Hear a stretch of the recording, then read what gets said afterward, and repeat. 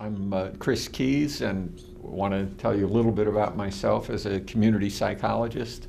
My research interests focus on the community psychology of disability. I often call it the positive community psychology of disability because I'm interested in the strengths of people with disabilities and the contexts in which they live and how those contexts support or undermine their strengths. I'm interested in ethnicity and disability as well, and also community psychology research methods. I've done a couple of books on that with Lenny Jason, one of my colleagues here. My primary current research has to do with health policy for people with disabilities. We're studying the managed care program in suburban Chicago for people with disabilities.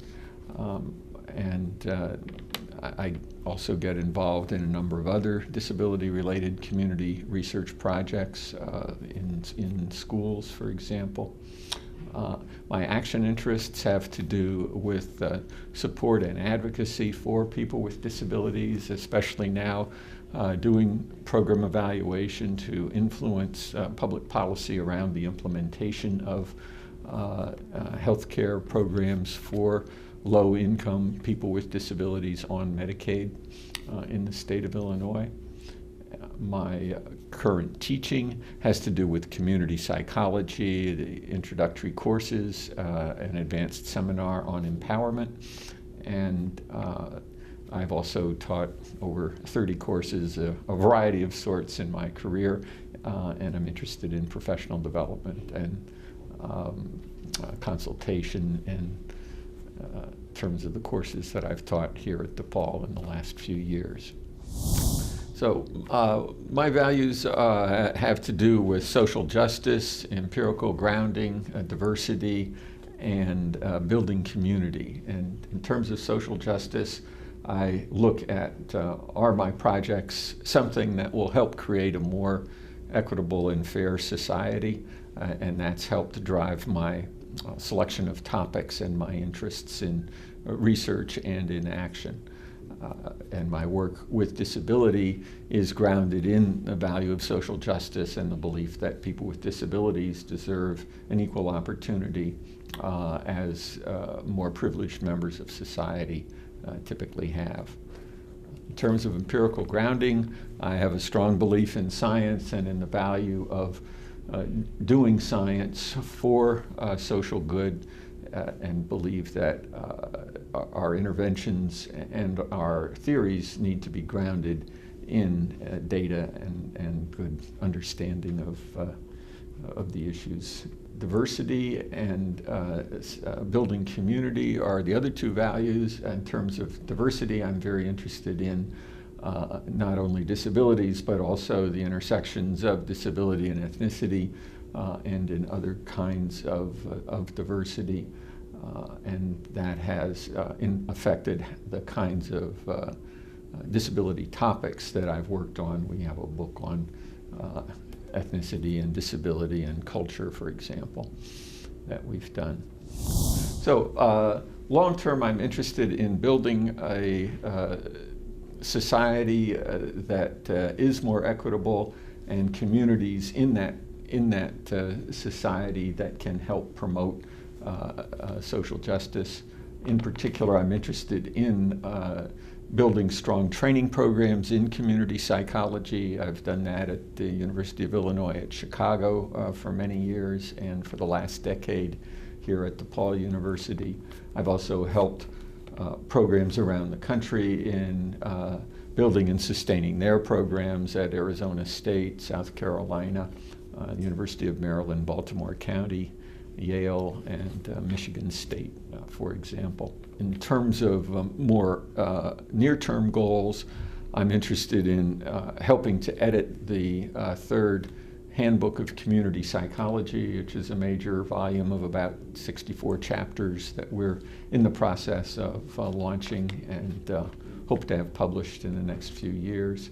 I'm also working on the area of health policy for people with disabilities, and have an opportunity to do research that involves constituents and many different stakeholder perspectives and the voice of people with disabilities and input from people with disabilities and their advocates, which is kind of exciting. So for teaching assistants, I'm basically looking for help to make the class work well. Teaching assistants who work with me typically are grading papers and exams. That's the meat and potatoes of it.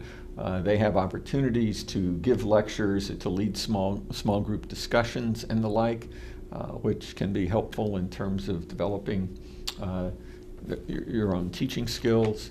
And the other group is working on the managed care evaluation project and is studying healthcare for people with disabilities on Medicaid in suburban Chicago. So those are kind of the two main things we're doing at the moment. The thing that I hope happens for students who are research assistants is that they they kind of launch themselves into a research career, that taking part in the lab benefits them by giving them the opportunity to learn an area, to develop research skills, to give a conference presentation on their work, and we hope to contribute to publications on it as well. So that's kind of the picture on the research side. A number of them have gone on to be university professors and leaders in their field. They've published work with me based on the work that we did or we started as part of their assistantship efforts. Jean Bartunek, who was one of my first students, has gone on to a wonderful career in management and not-for-profit management, and was past president of the Academy of Management, the major professional organization in that area.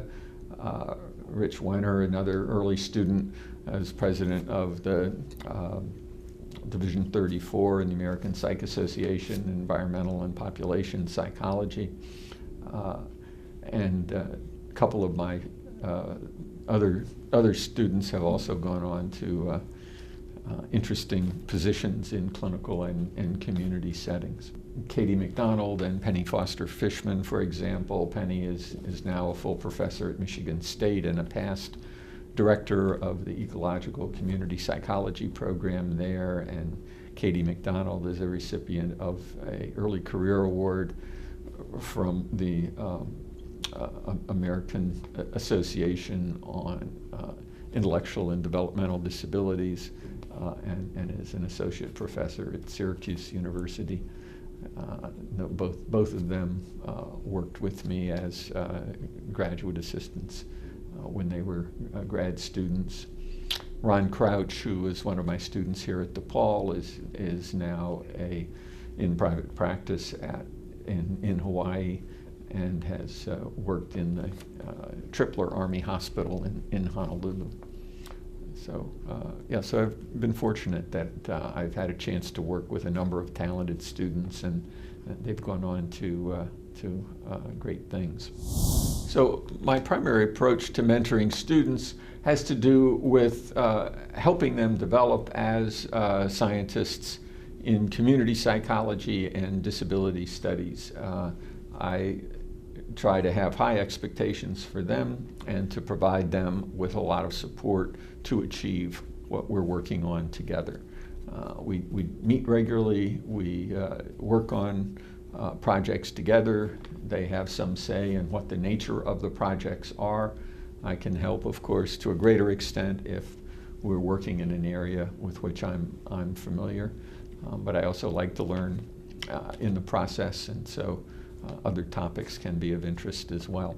I expect students to be independent, to work hard, to put their best effort forth, to see this as a professional socialization opportunity, and I'll try to be there for them as they need help and support, and I look forward to working for and with them. Students will typically write on pretty regular basis, and I'll comment on the writing when we can get into sort of a ping-pong game back and forth, sharing the writing and the comments. Things seem to progress the most rapidly and effectively. I think of mentoring as one of the most enjoyable parts of my job. Working with students over a period of 5 or 6 years is incredibly rewarding to watch them grow and develop, and to grow and develop some ideas and research projects along the way. When I supervise theses and dissertations, I really see those as major stepping stones for students in the process of becoming community psychologists. The thesis is often students' first major self-propelled research project, and it's one in which I hope that by the end people feel like I know how to do research, I can do a quality piece of research, and I've kind of learned as I have gone, as well as drawn on what I've gotten from my classes, and as a result been able to create something that is of good quality, is capable of being presented at a conference, is capable of being published in the scientific archive. As people move on, I expect the dissertation to be a somewhat more ambitious project, to examine important community issues, and for students when they finish the dissertation to have a sense that I can move forward with a line of research. I have an idea of what topics excite me, and I can instantiate that through a series of empirical investigations.